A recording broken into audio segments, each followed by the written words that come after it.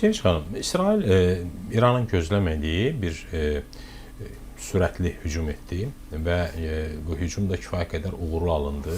Qısa bir müddətdə İranın hərbi sənaye kompleksi, İranın nüvə mərkəzləri, hərbi bazaları, silah zavodları falanları vuruldu. Artıq 8-ci gündür də döyüşün, savaşın 8-ci günüdür və İran təqribən bir 18 saatdan sonra reaksiya verdi, amma bu 18 saat ərzində çox ciddi itkilər oldu. Hərbiçilərin itirdi, generallar itirildi, sonra orada fizikli alimlər, nüvə fizikləri demək olar ki, əhəmiyyətli sayda həyatlarını itirdilər. Bundan başqa ümumiyyətlə İranın o hava hücumundan müdafiə sistemi demək olar ki, tamamilə məhv edildi.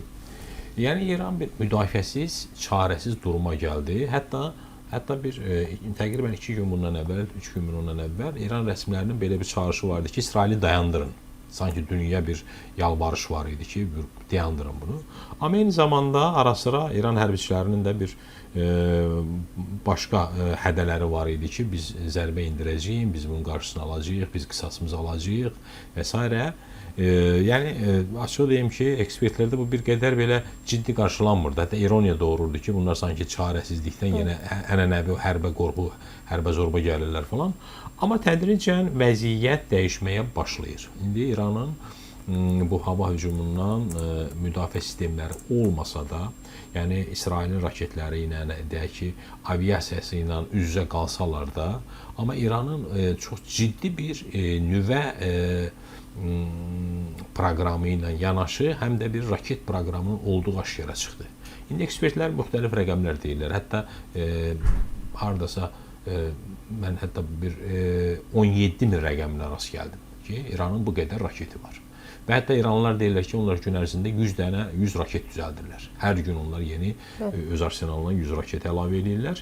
Və təqribən müharibə başlayandan hardasa İranlılar 450-500-ə yaxın raket atıblar. Bunların da xeyli hissəsi ballistik raketlərdir.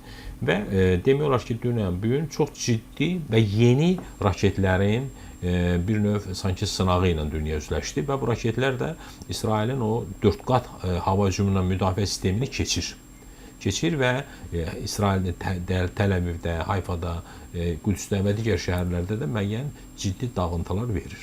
Və demək olar ki, belə hesab olunur ki, ümumiyyətlə İsrail dünyanın ən qorunaqlı ölkəsi hesab olunurdu. Təqribən İsraildəki o hava hücumundan müdafiə sistemlərinin onun hardasa 2-3-ü özününkidir. Bu dəmir qübbədir, orada sonra Davud sapandıdır. Amma aynı zamanda Amerikanların da orada patriotları var, eyni zamanda Amerikanların bir TOS yeni raket sistemi var falan var.